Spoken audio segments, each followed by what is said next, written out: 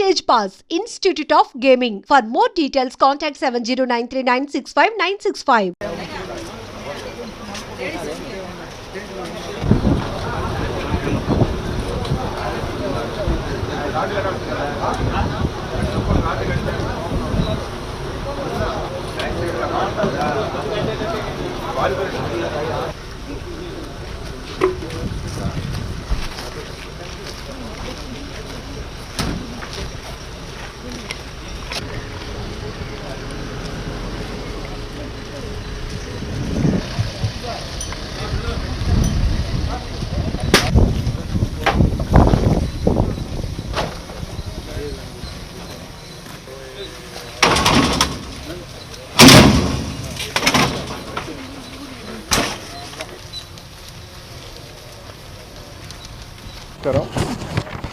ఈరోజు తిరుపతి జిల్లాలో Chandragiri sub division police ఈరోజు ఒక ఇంపార్టెంట్ బైక్ అఫెండర్ని ఒకరిని పట్టుకోవడం జరిగింది.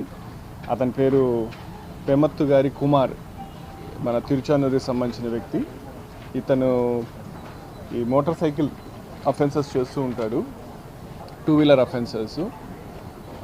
ఈరోజు మనకు క్రెడిబుల్ ఇన్ఫర్మేషన్ మీద, అంటే మనకి ఈ మధ్యకాలంలో ఈ 2 వీలర్స్ థెఫ్ట్ కావటం, దానికి సంబంధించి ఆఫీసర్స్ కూడా కంటిన్యూస్ ఎఫర్ట్స్ చేస్తూ ఉన్నారు. సో ఆ ఎఫర్ట్స్లో భాగంగా ఈరోజు ఈ ముద్దాయిని మనం కస్టడీలో తీసుకోవడం. సో అతని దగ్గర నుంచి దరిదాపు ఈ బైక్స్ అన్నీ కూడా దరిదాపు 53 బైక్స్, యాక్చువల్లీ 53 బైక్స్ రకరకాల చోట్ల ఉంటే అవన్నీ కూడా మనము చూసి ఇవన్నీ కూడా రికవర్ చేయడం జరిగింది.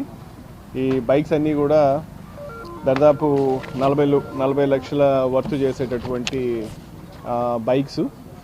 చాలా మంచి వర్క్. ఇతను ఈ ముద్దాయికి ఇదివరకు కూడా ఇతని మీద కేసెస్ ఉన్నాయి. దాదాపు 6 కేసెస్లో ఇన్వాల్వ్ అయి ఉన్నాడు. మన తిరుపతి, రేణిగుంట సబ్ డివిజన్స్లో ఒక 6 కేసెస్లో ఇతను ఇదివరకు అఫెన్సెస్ చేస్తున్నాడు. కాబట్టి ఈరోజు ఇంత మంచి వర్క్ చేసినటువంటి మా డిఎస్పీ చంద్రగిరి గారికి, ఇన్స్పెక్టర్ తిరుచానూరుకి, వాళ్ళ సిబ్బంది అందరికీ కూడా నా ప్రత్యేకమైన అభినందనలు తెలియజేస్తున్నాను. సో మీ అందరికీ తెలిసిన విషయం, మన ప్రాపర్టీ కేసెస్ గురించి జిల్లాలో ఎక్కువ ప్రయారిటీ ఇచ్చి ఎక్కువ ఫోకస్ పెట్టి మనం చేస్తూ ఉన్నాము. సో దాంట్లో భాగంగా మనకి ఈరోజు ఈ మంచి కేసు కావటం జరిగింది. ఈ దొంగతనం కేసులే, ఈ 6 కూడా దొంగతనం కేసులే. సో ఇతని మీద షీట్ కూడా చూసి మనం ఒక షీట్ కూడా ఓపెన్ చేయడం జరుగుతుంది. ఇతని మీద కేసులు అయినాయి, గ్రేవ్ కేసెస్.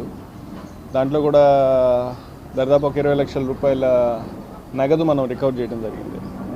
దాంట్లో కూడా ఒక పాప, వాళ్ళకి సంబంధించిన బంధువులు కావచ్చు, తెలిసిన వాళ్ళ ఇంట్లో 2 ఇళ్లలో చేరి దాదాపు 20 లక్షల వర్త్ బంగారపు ఆభరణాలు దొంగిలించి వాళ్ళ బాయ్ ఫ్రెండ్కి ఇవ్వడం జరిగింది.